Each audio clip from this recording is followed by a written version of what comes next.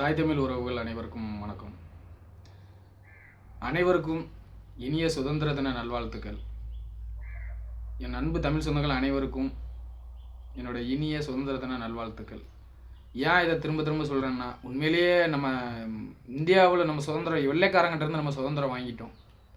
ஆனால் தமிழ்நாட்டை ஆண்டு கொண்டு இருக்கிற அந்த டிஎம்கே அரசாங்கத்திட்டிருந்து நம்ம என்றைக்கு நம்ம தமிழ்நாட்டுக்கு வந்து சுதந்திரம் கிடைக்க போதோ எப்படின்னு எனக்கு ரொம்ப உண்மையிலே ரொம்ப இப்போ நேற்றெல்லாம் மிகப்பெரிய மனவேதனை எனக்கு. என்னென்னா, தூய்மை பணியாளர்களை இவங்க நடத்துகிற விதம், அவங்கள இந்த இந்த டிஎம்கே அரசாங்கத்தோட காவல்துறை வந்து நான் பல வீடியோக்களில் பேசியிருக்கிறேன். உண்மையாகவே பல வீடியோக்களில் நான் எப்படி பேசியிருக்கேன்னா, இந்த காவல்துறையோட அராஜகம் வந்து இந்த டிஎம்கே அரசாங்கத்தோட அவன் டிஎம்கேக்காரன் என்ன சொல்கிறானோ அது அப்படியே இந்த காவல்துறை போய் செய்யுது. காவல்துறைக்குன்னு ஆண்டவன் மூளையை படைக்கலையா என்னன்னு எனக்கே தெரியல. உண்மையாக கொஞ்சம் அந்த காவல்துறைக்கு என்னோட அன்பான பணிவான வேண்டுகோள் என்னென்னா, இவங்க 5 வருஷமாக ஆட்சி பண்ணுவாங்க, அடுத்து வேறு ஆட்சி. என்றைக்குமே நம்ம தமிழக வரலாற்றில் டிஎம்கே வந்து 2வது தரம் ஆட்சிக்கு வந்ததை சரித்திரமே கிடையாது.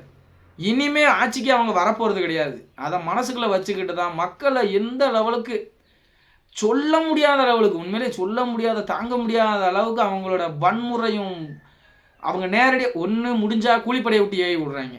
கூலிப்படை அப்படி அங்கே முடியாத பட்சத்துக்கு என்னென்னா காவல்துறையை விட்டு ஏவி விடுறாங்க. தூய்மை பணியாளர்கள் என்ன கேட்டாங்க, என்ன கேட்டு போராடுறாங்க?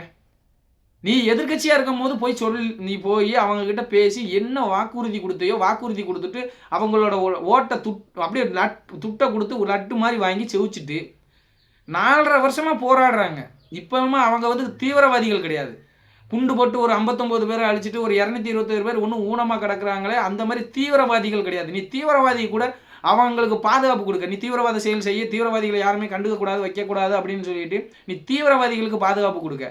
ஆனால் சாதாரண இந்த உள்நாட்டு மக்கள் வந்து அவ்வளோ தூரம் போராடிக்கிட்டு இருக்காங்க. அவங்க என்னமோ 13-14 நாளாக போராடிக்கிட்டு இருக்காங்க. நீ நேரடியாக போய் ஒரு பார்த்து உங்களோட கோரிக்கை என்ன, என்னத்துக்காக இப்படி பண்ணுறீங்க என்னன்னு அன்னைக்கு நீ போனால் தான் தெரிஞ்சிருமே. அன்னைக்கு நீ எதிர்கட்சி தலைவராக இருக்கும் போது வந்து எங்ககிட்ட என்ன சொன்ன, உன்னோட வாக்குறுதி 288 என்ன சொன்ன, இப்போ என்ன ஆச்சுன்னு சொல்லி கேட்பாங்க. காரி மூஞ்சில் யாரும் துப்பிடுவாங்கன்னு சொல்லிட்டு நீங்கள் வரமாட்டேங்கிங்க. கூலி படம் பார்க்க உங்களுக்கு டைம் இருக்குது. உங்களுக்கு ஓட்டு போட்டு தேர்ந்தெடுத்த மக்களை போய் அவங்களுக்கு என்ன வேணும், அவங்களோட உணர்வுகளை புரிஞ்சுக்காம படம் பார்த்து என்ஜாய் பண்ணிக்கிட்டு இருக்கீங்க.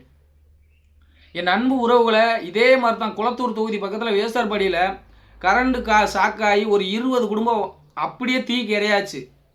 ஆனால் நீங்கள் பார்த்துருப்பீங்களே, சேகர் பாபு கூட குளத்தூர் தொகுதியில் அப்படியே மகளிர் அணி வந்து டான்ஸ் ஆடிட்டு போனதை எல்லாரும் சேர்ந்து டான்ஸ் ஆடிட்டு அங்கே மக்களோட அழுகுரல் கேட்குது. ஆனால் இவங்க இங்கே கூடி கும்மாளம் போட்டுக்கிட்டு இருக்காங்க. அப்படியாப்பட்ட அரசாங்கத்துக்கு தான் நீங்கள் ஓட்டு போட்டு தேர்ந்தெடுத்துருக்கீங்க. உண்மையிலேயே அந்த சாதி தலைவர்களெல்லாம் எங்கே போயிட்டீங்கன்னு தெரியல எனக்கு. உன் ஜாதியை ஏன்னா உன்னோட ஏதாவது ஒரு பிரச்சனை நீயே தூண்டி விட்டுக்கிட்டு இந்த எச்சை நீங்கள் தூண்டி விட்டுட்டு அப்புறம் நீ மக்களை நீ இந்த ஜாதி நீ தூண்டி விட மட்டும்தான் வர. இப்போ அந்த தூய்மை பணியாளர்களுக்கெல்லாம் நீங்கள் எங்கே போனீங்க? என்னமோ தீவிரவாதிகளை பிடிச்சி அவங்க தேசத்துக்கு எதிராக குற்றம் பண்ணுங்கிற மாதிரி அப்படி இந்த காவல்துறை அராஜகம் அடித்து இழுத்துட்டு பெண்கள் கூட பார்க்காம அப்படி அடித்து இழுத்துட்டு போகிறாங்க. தமிழ்நாட்டில் அதுவும் அண்ணன் திருமாவளவன் இருக்கார். ஐயோ, நீ அங்கே மத்திய அரசாங்கம் அதை செஞ்சுருக்கு, மத்திய அரசாங்கம் இதை செய்யுது, மத்திய அரசாங்கம் அதை பிடுங்குது, மத்திய அரசாங்கம் இதை பிடுங்குதுன்னு பிடுங்க சொல்லிடுது அண்ணன் திருமாவளவன் அண்ணன் அவர்களை. இந்த தூய்மை பணியாளர்கள் வந்து இந்த லெவலுக்கு கஷ்டப்பட்டுக்கிட்டு இருக்காங்களே, தூய்மை பணியாளர்களை வந்து அந்த லெவலுக்கு கொடுமைப்படுத்திக்கிட்டு இருக்க இந்த அரசாங்கம். நீங்கள் ஏன் கேள்வியே கேட்க மாட்டீங்க? நீங்கள் வந்து தமிழ்நாட்டு டிஎம்கே அரசாங்கம் என்ன பண்ணினாலும் ஓகே, அதெல்லாம் நாங்கள் கேட்க மாட்டோம், வாயை மூடிக்கிட்டு இருப்போம். மத்தியில் மட்டும் பண்ணிடக்கூடாது. மத்தியில் இவன் இந்த டிஎம்கேவும் அப்புறம் இதனோட கூட்டணி கட்சியான காங்கிரஸ், அப்புறம் இந்த விடுதலை சிறுத்தைகள், அப்புறம் இந்த கம்யூனிஸ்ட்டுகளை எங்கே போயிட்டாங்க? இந்த தொழிலாளர்களுக்கு நாங்கள் தான் இருக்கோம்னு சொல்லி தம்பட்டை அடிச்சுக்கிட்டு இருக்க கம்யூனிஸ்ட்டுகளும், இந்த தாழ்த்தப்பட்ட மக்களுக்கெல்லாம் நான் தான் தலைவர், தாழ்த்தப்பட்ட மக்களுக்கெல்லாம் நான் தான் விடுதலைக்காக போராடிக்கிட்டு இருக்கேன், அவங்களோட இதுக்காக நான் தான் புடுங்குறோம்னு சொல்லிக்கிட்டு இருக்கிற அண்ணன் திருமாவளவன் அவர்களும் அந்த தூய்மை பணியாளர்கள் அவங்க இடத்துல எங்கே போயிருக்காங்கன்னே தெரியல. எங்கே போயிட்டாங்க? எல்லாம் கோமாவுக்கு போயிட்டாங்களா என்னன்னு தெரியல. விடுதலை சிறுத்தைகளில் இருக்கிறவங்களும்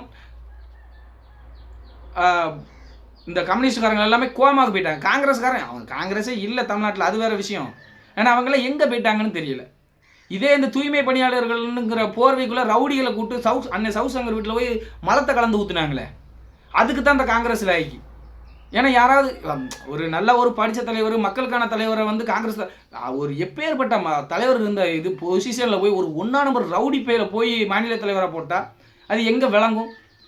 எப்பேற்பட்ட மகான் ஐயா காமராஜர் வகித்த பதவியை போய் ஒரு 1ஆம் நம்பர் புறம்போக்குக்கும் பொறுக்கிக்கும் கொடுத்த அரசாங்கம் காங்கிரஸ் அரசாங்கம். அதனால் காங்கிரஸை பற்றி பேசுகிறதே வேஸ்ட். என் அன்பு தமிழ் சொந்தங்களே, என் அருமை உறவுகளை கொஞ்சம் நல்லா யோசிச்சு பாருங்கள். இந்த தூய்மை பணியாளர்களை இந்த மாதிரி இவங்க அரசு பண்ணுறாங்கன்னொன்னே முதல் ஆளாக போய் குரல் கொடுத்தது பாரதிய ஜனதா கட்சி.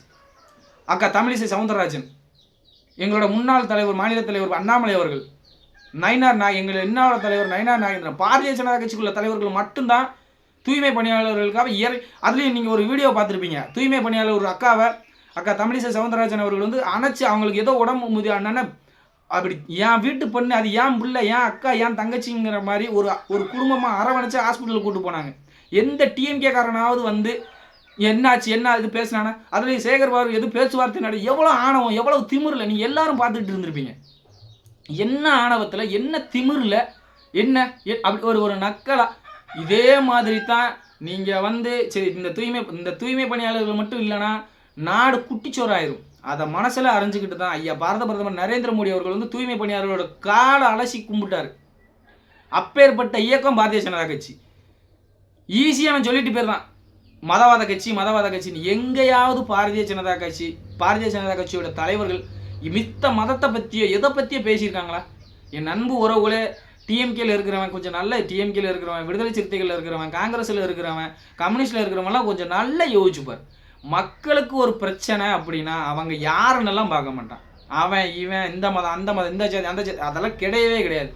தப்பு யார் மேலே, அது பாரதிய ஜனதா கட்சிக்காரனாகவே இருந்தாலும் சரி, தப்பு பாரதிய ஜனதா கட்சிக்காரன் மேலே தான் அப்படின்னா உடனே தூக்குற அரசாங்கம் பாரதிய ஜனதா கட்சி அரசாங்கம். ஆனால் இந்த டிஎம்கே அரசாங்கத்தை கொஞ்சம் நல்லா யோசிச்சு பாருங்கள். இதோட போராட்டத்தோட மெயின் அஜெண்டா என்னன்னா, என் அன்பு உறவுகளை கொஞ்சம் நல்லா கேட்டுக்கோங்க. அவங்க போராடுறது எதுக்குன்னா அவங்களோட கூலி உயர்வை கேட்டு போராடுறாங்க. நீ டாஸ்மாக உனக்கு ஒரு இதாக நடத்த தெரிஞ்ச உனக்கு ஏன் தொழிலாளர்களுக்கு நீ இன்னைக்கு தூய்மை பணியாளர்களை தனியார் மயமாக்குவ?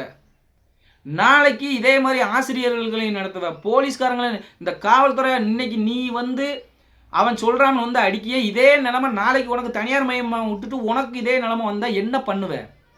காக்கி யூனிஃபார்ம் போட்டோன்னா நீ தமிழக மக்களுக்கான பிரதிநிதி, மக்களுக்கான பிரதிநிதி. நீ ஒருத்தனோட அடியாள் கிடையாது, நீ ஒருத்தனோட கூலிப்படை கிடையாது. எவன் ஆட்சியில் இருக்கானா ஆட்சியில் இருக்கிறவனுக்கு போய் கூலிப்படை கிடையாது நீ. அப்புறம் உனக்கும் கூலிப்படைக்கு என்ன வித்தியாசம் இருக்குது?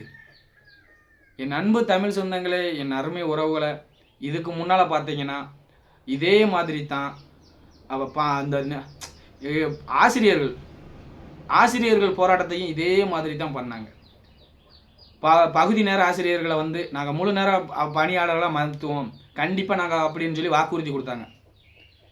இதே மாதிரி தான் தூய்மை பணியாளர்களை எப்படி போராட்டம் பண்ணாங்களோ அதே மாதிரி தான் அந்த ஆசிரியர்கள் மாணவர்களுக்கு கற்றுக் கொடுக்குற, நாளைக்கு ஒரு ஐஏஎஸ்ஸா, ஒரு ஐபிஎஸ்ஸா, ஒரு டாக்டரா, ஒரு இன்ஜினியரா, ஒரு வக்கீலாக வர வேண்டியவங்களை உருவாக்குற ஆசிரியர்கள் போராட்டம் பண்ணாங்க. எங்களுக்கு பணி நிரந்தரம் பண்ணுங்க, நீங்கள் எத்தனை வருஷத்துக்கு எங்களை இப்படியே ஆக்குவீங்க அப்படின்னு சொல்லி. நீங்கள் கொடுத்த வாக்குறுதி என்னாச்சு? நீங்கள் கொடுத்த வாக்குறுதியை நிறைவேற்றுங்கன்னு சொல்லி தான் அவங்க உங்களுக்கு ஓட்டு போட்டாங்க. அவங்க நான் 4.5 வருஷம் ஆச்சு, நீ ஒன்று என்னைக்கு நிறைவேற்ற? நாங்கள் இப்போ தானே ஆட்சிக்கு வந்திருக்கோம், உன்னோட இதை நிறைவேற்றுவோம்னு சொல்கிறதுக்கு நீ 4.5 வருஷம் ஆகிப்போச்சு. இன்னொரு 5-6 மாதம் தான் இருக்குது ஆட்சியில். இந்த 5-6 மாதத்தில் எப்படி நிறைவேற்றுவேன்? இதுக்குள்ளேயே அதை நிறைவேற்றுங்கன்னு சொல்லி தான் அவங்க போராடுறாங்க. அவங்க யார் இந்த டிஎம்கே அரசாங்கம், அதுவும் கூட அவங்களுக்கு நீங்கள் சொன்ன வாக்குறுதியை நிறைவேற்றுங்க அப்படின்னு சொல்லி தான் இந்த ஆசிரியர் பெருமக்கள் போராட்டம் பண்ணினாங்க. ஆனால் அவங்களையும் இந்த டிஎம்கே அரசாங்கம் அவங்களோட இந்த யூனிஃபார்ம் போட்ட காவல்துறையை வச்சு இந்த அவங்க காவல்துறைன்னு சொல்கிறத விட கூலிப்படை, அந்த கூலிப்படையை விட்டு ரவுடி கும்பல்களை விட்டு என்னமோ அவங்க தேச துறவிகள் மாதிரியும் தீவிரவாதிகள் மாதிரியும் அந்த ஆசிரியர்களை பிடிச்சி வலுக்கட்டாயமாக இழுத்து அவங்க அந்த வீடியோ அன்னையிலேருந்து இப்போ வரைக்கும் இந்த டிஎம்கே அரசாங்கம் யாரெல்லாம் நீங்கள் கொடுத்த வாக்குறுதியை தான் கேட்குறாங்க. நான் மித்தது அவங்க எக்ஸ்ட்ராலாம் கேட்கவே இல்லை. நீங்கள் அன்றைக்கி கொடுத்த வாக்குறுதியை தான் இன்றைக்கி கேட்குறாங்க. 4.5 வருஷம் ஆயிடுச்சு, இன்னொரு 5 மாதம் தான் இருக்குது, எங்களுக்கு நிறைவேற்றி கொடுங்கன்னு சொல்லி அமைதியான முறையில் ஜனநாயக முறையில் தான் அவங்க போராடுறாங்க.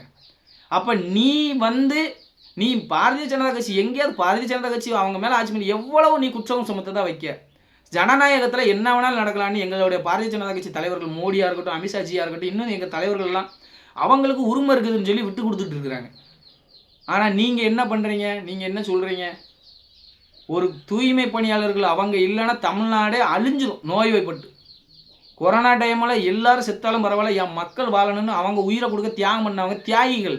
தூய்மை பணியாளர்கள்லாம் நாங்கள் பாரதிய ஜனதா கட்சியில் அத்தனை பேரும் தலைவர்களாக இருக்கட்டும், தொண்டர்களாக இருக்கட்டும், தூய்மை பணியாளர்களை வந்து கடவுளுக்கு சமமாக தான் அவங்க வச்சுருக்கோம். ஏன்னா அவங்க மட்டும் இல்லைன்னா நம்ம எப்படி இருக்கும் நாடு? குப்பை, சாக்கடை இதெல்லாம் யார் அள்ளுவா? கொரோனா டைமில் அவங்க உயிரை பணைய வச்சு செஞ்சாங்க. மழை, வெள்ளம் எதுக்கு பார்த்தாலும் அவங்க தான் மக்களுக்காக வந்து துணிஞ்சு நிற்கிறாங்க.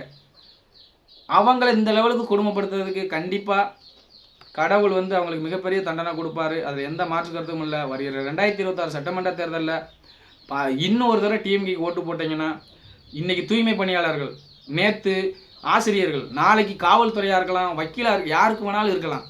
தயவு செஞ்சு அனைத்து என் தமிழ் சொந்தங்களும் வருகிற 2026 சட்டமன்ற தேர்தலில் இந்த டிஎம்கேவை தோக்கடிக்க மட்டும் இல்லை, அழிச்சு ஒழிக்கணும்னு உங்களை பணிவன்போடு வேண்டி விரும்பி கேட்டுக்கொள்கிறேன். நன்றி, வணக்கம். பாரத் மாதாக்கு ஜெய்.